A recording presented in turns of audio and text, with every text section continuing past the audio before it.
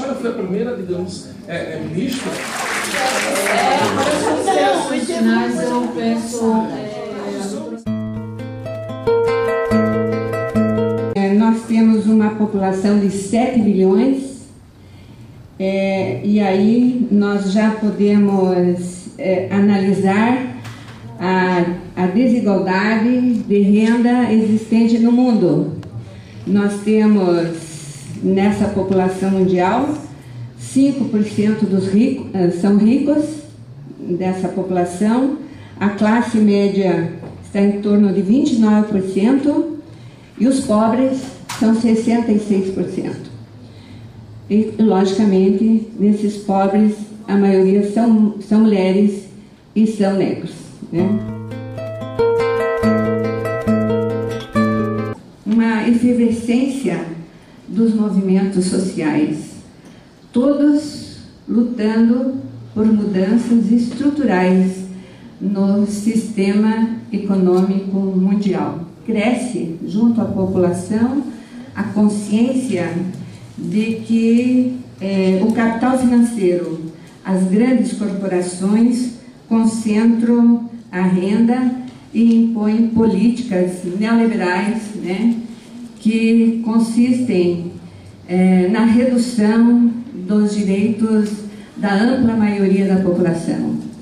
Aí com a redução do salário, redução das aposentadorias, redução dos gastos sociais e assim por diante. No mundo, a renda está concentrada em 1% e os 99% estão concentrados, estão à margem, né, do sistema.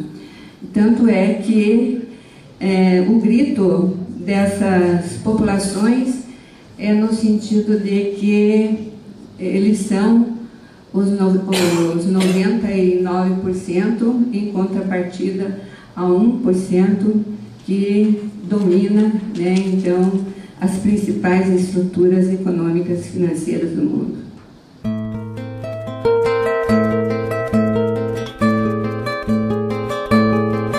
Os mais ricos ficam com 44,5% do total.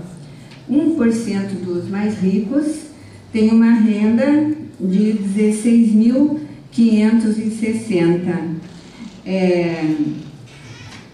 Também é importante acentuar os rendimentos, a desigualdade existente entre os rendimentos dos brancos e dos negros e também das mulheres. Os rendimentos médios mensal dos brancos equivale a R$ 1.538, amarelos R$ 1.574, se aproximam do dobro do valor relativos ao grupo dos pretos, que recebem 834, pardos 845. Então os brancos ganham 1.538, a média, os pretos 834, pardos 845, indígenas 715.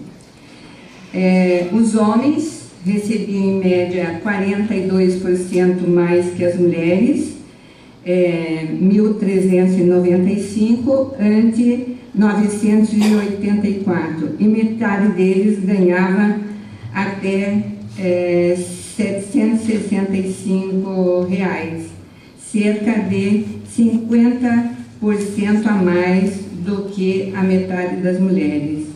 Então, só por esses dados, vocês podem avaliar as desigualdades existentes no nosso país. O eleitorado feminino, apesar de ser 52%, tem uma representação de 9% na Câmara, no Senado 15%, deputados estaduais em média 12%. Então, pergunta-se qual a razão para a desproporção entre o número, né, de mulheres e de negros e a proporcionalidade da representação das mulheres, a proporcionalidade da representação política das mulheres e negros na nossa sociedade, né? Nós temos aqui, trouxe aqui, apesar de o painel dos negros serem à tarde, né? Mas trouxe aqui que os negros em 2010 representavam 8,5% no parlamento, com 43 deputados e senadores, né? Então houve um avanço, mas ainda num patamar insuficiente diante do número expressivo de mulheres e de negros na nossa sociedade. Não corresponde, né, essa proporção. Temos que colocar em pauta das nossas discussões, porque se nós não resolvermos os problemas estruturais, não vamos resolver o problema de igualdade entre a população e dificilmente vamos resolver o problema de igualdade entre os homens e mulheres na sociedade. Então, eu passo aqui para analisar as conclusões, né? Para dizer que nós temos que buscar essas políticas afirmativas, né? Em relação a mulheres e negros, mas nós precisamos de reformas estruturais na nossa sociedade. A mudança do modelo econômico, com a definição de percentuais do orçamento para a educação, né? Fala-se em 10% do PIB ou 10% do orçamento, né? Uma das propostas para a gente avançar no sentido de conquistar essa igualdade econômica social, porque a educação é um patamar que nós temos que avançar para conquistar esse patamar. Temos que buscar redução dos juros num patamar internacional, né? Nossos juros aí são estou falando dos juros da Selic, que são 12%, 15%, né? Mas vamos ver dos cheques especiais aí, são 200%, os cartões de crédito, 200%, 300% e tudo mais, né? Temos que buscar um percentual das riquezas, definir um percentual das riquezas do país para a educação, e não só para a educação, mas para o meio ambiente, para a saúde, né, para nós melhorarmos as condições de vida da nossa população, porque eu entendo que nada adianta nós termos essas riquezas aí do nosso país se a grande parte da população não se beneficia dessas riquezas, né? Temos aí agora a descoberta do pré-sal, né? E logicamente que essa riqueza, que é de todo o país, assim como